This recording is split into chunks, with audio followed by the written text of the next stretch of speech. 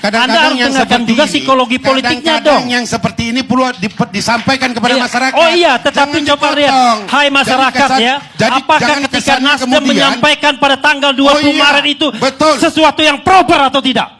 Apakah itu tidak melemahkan perjuangan? Padahal pada waktu itu kita sedang berjuang. Masih ada Mahkamah Konstitusi. Karena ada ruang-ruang yang akan hilang. Saudara-saudara sekalian, kelihatan betul bagaimana pragmatisme partai politiknya. Sangat pragmatis partai politik. Tidak menghargai masyarakat yang mendukung. Tidak menghargai relawan yang mendukung. Tidak menghargai lawyer yang mendukung. Tidak menghargai perjuangan daripada itu. Cukup. Karena saya mau tambahkan lagi. Saya tambahkan. Biar dia jawab dulu. Ya. Jadi begini, berdebat nggak apa-apa. Jadi beliau dengan pernyataannya is okay. Tapi saya hanya ingin menyatakan satu fakta ya, bahwa pada malam itu berkumpul para relawan di Diponegoro 10 menantikan pengumuman. Begitu kemudian kalah, tentu sebagai manusia biasa kan pada down. Di tengah down itu makin down lagi. Ketika partai koalisi buru-buru menyatakan mengucapkan selamat pada kawan lama. Ya kan? Jadi gini, nah, jangan dulu mengatakan itu ucapan selamat kepada kawan lama. Begini, Pak, bahwa saya tidak membantah Anda loh. Saya tidak membantah. Tapi saya perlu klarifikasi tapi karena Anda saya ngomong bahwa duluan. itu saya tidak membantah Anda. Saya tidak membantah Anda. Oke, saya ubah. Mengucapkan selamat. Oke? Gini, kenapa saya katakan kawan lama? Surya Paloh sendiri kan mengatakan, wah kawan kita jadi presiden. Benar nggak? Pada saat kapan? Pada saat dikunjungi di Nasdem. Iya kan? Masya Allah. Ucapan selamat itu saya ingat betul bahwa kami ucapkan selamat kepada KPU. Kepada paslon. Dan kepada tunggu dulu, biar kelar ini. Kepada pemenang versi penghitungan KPU. Jelas loh, ada versi. Ya oke, gini. Jadi, enggak, Bung Refli. Kita udah terima itu, tetapi gini. Anda harus dengarkan juga psikologi politiknya dong. Yang seperti ini perlu disampaikan kepada masyarakat. Oh iya, tetapi coba lihat, hai masyarakat ya. Apakah ketika Nasdem menyampaikan pada tanggal 20 Maret itu sesuatu yang proper atau tidak? Apakah itu tidak melemahkan perjuangan? Padahal pada waktu itu kita sedang berjuang. Masih ada Mahkamah Konstitusi. Karena ada ruang-ruang yang akan hilang. Saudara-saudara sekalian, kelihatan betul bagaimana pragmatisme partai politiknya. Sangat pragmatis partai politik. Tidak menghargai masyarakat yang mendukung. Tidak menghargai relawan yang mendukung. Tidak menghargai lawyer yang mendukung. Tidak menghargai perjuangan daripada itu. Cukup. Kita tahu itu. Hal yang buruk sekali. Dan hari-hari terakhir ini Anda bisa lihat siapa yang pragmatis atau tidak. Cukup. Jangan. Ya?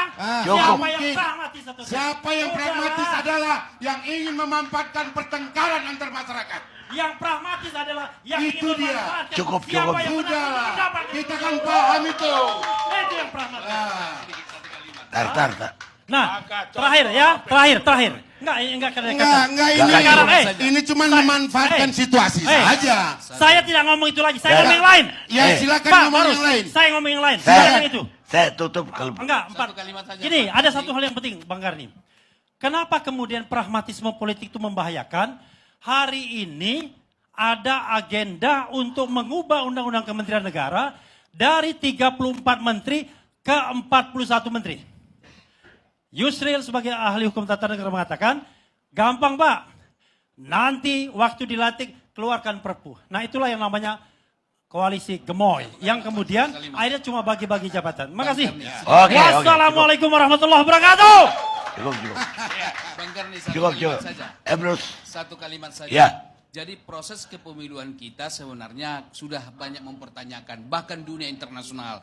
Jadi kalau dikatakan tadi KPU baik, saya kira fakta menunjukkan mereka telah melanggar etika. Baru di Mahkamah Konstitusi melanggar etika. Tunggu, jangan dulu saya jawab. Selesai saya ngomong, jangan biasakan memotong. Saya bukan perwakilan KPU. Tunggu, karena abang katakan tadi, kita ucapkan selamat, kan begitu.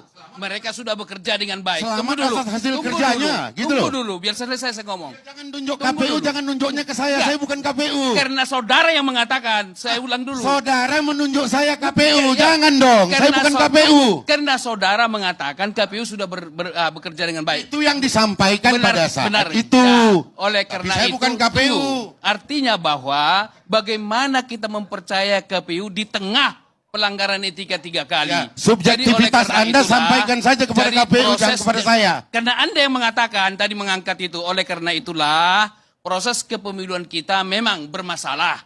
Begitu ya, itu pasti. Tak terbantahkan oleh siapa, begitu. Karena di Mahkamah Konstitusi dan di KPU terjadi pelanggaran etika. Etika itu sesuatu hal yang sangat penting daripada undang-undang. Sudahlah. Artinya mari kita perbaiki ke depan. Jangan justifikasi. Ambil langkah hukum terhadap itu. Itu namanya berpikir. Jangan bicarakan di sini. Itu namanya berpikir kacamata kuda. Satu lagi saya mau katakan, satu lagi. Bahwa satu, kalau ini dikatakan satu lagi. meninggalkan Pak. Kalau para partai politik yang mengusung perubahan pindah menjadi koalisi Prabowo, mereka meninggalkan rakyatnya yang telah memilih mereka. Ya, menarik rasanya kalau kita kembali melihat bagaimana situasi yang pernah terjadi. Nah, ini sebagai kita mengingat lagi ya hal-hal yang mungkin dengan secara gamblang, dengan secara lugas jelas kita menyaksikan ya berbagai hal yang mungkin menjadi suatu problem yang harus dibenahi atau kontroversi yang harus mungkin dikoreksi. Nah, kalau kita melihat berbagai macam hal tadi yang banyak disampaikan, masalah kawan lama, kawan ini, itu, dan lain-lain, itu masalah pemilu pada Pilpres lalu gitu ya, di 2024. Dan memang pada saat itu kita juga bisa melihat bahwa Pilpres 2024 sangat brutal sekali. Bobroknya minta ampun juga dan sangat luar biasa ya, kalau kita melihat dan menyaksikan itu. Nah, tetapi kita jangan sampai ya semacam berlarut-larut lah di dalam kekecewaan gitu ya. Ya kalau apa ya kita support juga pemerintahan ini ya. Kalau baik kebijakannya dan benar gitu ya. Tetapi kalau memang ya kurang berkenan juga ya kita berhak juga untuk mengkritisi juga seperti itu ya. Tentu apalagi masalah yang selalu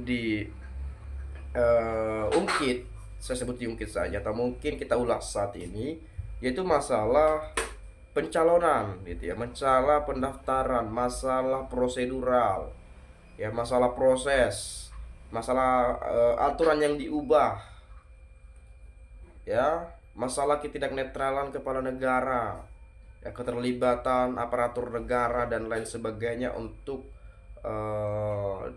memberikan dukungan kepada calon-calon tertentu. Nah, itu yang selalu dibahas. Banyak sekali dugaan kecurangan lah, dugaan inilah, dugaan itulah, pembegalan lah, atau apa segala macamnya, banyak sekali yang kita temukan. Tapi tergantung kembali kepada masyarakat Indonesia yang memang tidak semua berpikiran seperti itu. Ini makanya kita sering menyebutnya ada pro, ada kontra. Ya kalau pro ya nggak mungkin, apalagi kontra. Jadi makanya ada pro dan kontra. Ada yang mungkin pro ke sana, ada yang tidak. Karena kita sebagai manusia ya pasti punya perspektif yang berbeda lah gitu ya, punya pemikiran sudut pandang yang tidak sama terkait situasi yang terjadi pada saat itu. Tapi secara sadar mungkin apalagi kita sebagai orang awam gitu ya di dunia hukum ya, pasal-pasal dan seterusnya gitu ya. Tapi kita punya logika yang mungkin itu bisa kita melihat bahwa oh ternyata kalau seperti ini sudah jelas salah gitu ya, sudah jelas nggak benar, ada sesuatu yang janggal di sana. Itu kita bisa rasakan ya, walaupun kita nggak tahu lah hukumnya apa ini itu dan lain-lain, tapi kita punya otak yang bisa berpikir untuk menuju pikiran yang ke sana tadi. Tapi mungkin kita juga sebagai masyarakat bahwa lah kok kenapa ini harus diperdebatkan gitu ya. Yang si A menyatakan seperti ini, yang si B menyatakan seperti itu. Nah, tapi makanya saya sebutkan tergantung bagaimana kita menilai. Makanya kalau kita mungkin sebagai pendukung si A, si B, si C dan seterusnya, jangan terlalu fanatik juga. Nah, ketika kita fanatik dalam mendukung seseorang, mau orang itu berbuat salah, mau berbuat curang, mau berbuat ini, itu, dan lain-lain, kita tetap dukung, kita anggap dan kita merasa bahwa itu yang dilakukan itu benar. Padahal seharusnya secara logika pun kita bisa berpikir bahwa itu sudah menyimpang, sudah salah, sudah janggal dan lain-lain. Apalagi kalau kita misalnya kecewa atau mungkin tidak suka, jangan terlalu fanatik juga. Jangan kita hanya cenderung melihat kesalahan-kesalahan yang pernah dilakukan. Sesekali kita juga harus berterima kasih dan bersyukur ketika kita menerima, merasakan, menikmati apa legacy yang sudah dituangkan di bangsa ini. Apa yang kebijakan, gagasan-gagasan yang sudah, pemikiran-pemikiran yang sudah dituangkan, segala program yang sudah kita nikmati dan rasakan. Kita juga harus melihat itu, karena bagaimanapun jelas kita tahu bahwa setiap pemimpin pasti ada plus minusnya. Ya kita manusia lah gitu ya, bukan nabi, bukan Tuhan, bukan apa gitu ya yang harus sempurna. Setiap manusia pasti punya keterbatasan untuk itu. Tapi kalau kita melihat juga bobroknya ini seperti apa nih, di luar batas atau udah gimana gitu ya. Makanya kan banyak tuh demonstrasi besar-besaran yang dilakukan ya. Dan saya juga tidak akan membenarkan apapun yang disampaikan misalnya dari Bung Refli Harun, ada yang lainnya di sana tadi. Tapi saya mengajak teman-teman bagaimana penilaian Anda terkait atau perihal hal ini, nanti boleh silakan disampaikan di komentar pada video ini, agar nantinya kita juga bisa sama-sama saling bertukar pikiran ya. Nah, lalu kemudian saya akan coba mengulas, mungkin ada beberapa komentar yang menarik menurut saya. Ini ke Pak Barus ya. Gak usah lu mati-matian deh segitunya. Negara udah rusak di rezim sekarang. Apalagi yang lu dukung. PKI otak sehat kaulah ya. Gak usah kau mati-matian di politik nyungsep nanti. Karena ada ruang-ruang yang hilang. Ruangan menteri untuk Nasdem, maaf, nasi udah adem ya. Orang pandai kalau udah masuk kolamnya si kodok jadi tolol, nggak tahu malu ngomongnya, nggak beradab, nggak ada etikanya. Nah, lalu kemudian gagal dapat order dari sang penggugat Pilpres 2024. Kembali lagi ke YouTuber. Debat antara Refli Harun melawan penjilat istana pastinya menjilat tidak akan kalah. Karena kalau mereka tidak dapat bayaran. Indonesia kehabisan pengamat model kayak Refli Ngaron ya, diundang kemana-mana kelihatan gobloknya ya. Ini kemudian Nasdem emang agen rahasia Jokowi buat memecah suara Anies yang tadinya bersama Demokrat dan AHY. Dari awal saya sudah curiga tiba-tiba partai ini mengusung Anies sesuai prediksi Bung Rocky Gerung 3 tahun lalu. Padahal AHY kan katanya mau maju juga ya sebagai wapres tuh kalau nggak salah. Pada saat itu sempat muncul namanya ya, sempat tercuat ke media, ke publik juga. Tapi ya itulah teman-teman, gak jadi ya. Semua partai hanya dagelan, tidak ada yang murni memperjuangkan rakyat. Semua hanya kepentingan diri sendiri dan kelompoknya. Nasdem partai bunglon, maju tak gentar membela yang memberi jabatan. Pasti ada yang dijebloskan lagi Nasdem. Berani taruhan kalau Nasdem di rezim Prabowo itu bakal ada lagi yang terjungkal. Ya memang agak sedikit mungkin bagi Bung Refli mungkin ya agak sedikit miris juga pada saat itu ya. Dimana masih ada memperjuangkan hak angket, masih ada memperjuangkan lagi berjuang lah di Mahkamah Konstitusi dan seterusnya. Ternyata Nasdem langsung banting setir ya. Dari yang digaungkan, yang selalu digaungkan itu perubahan, tetapi tidak lama masih ada perjuangan yang dilakukan di Mahkamah Konstitusi, masih ada hak angket yang akan diperjuangkan lagi ke depannya, tetapi Nasdem, Pak Surya Paloh memutuskan untuk bergabung di dalam pemerintahan Presiden Prabowo Subianto, bakal mendukung dan masuk dalam bagian lingkaran kekuasaan. Kurang lebih seperti itulah teman-teman ya. Dan ya wajar saja misalnya Bung Refli tadi segeram itu tadi gitu ya.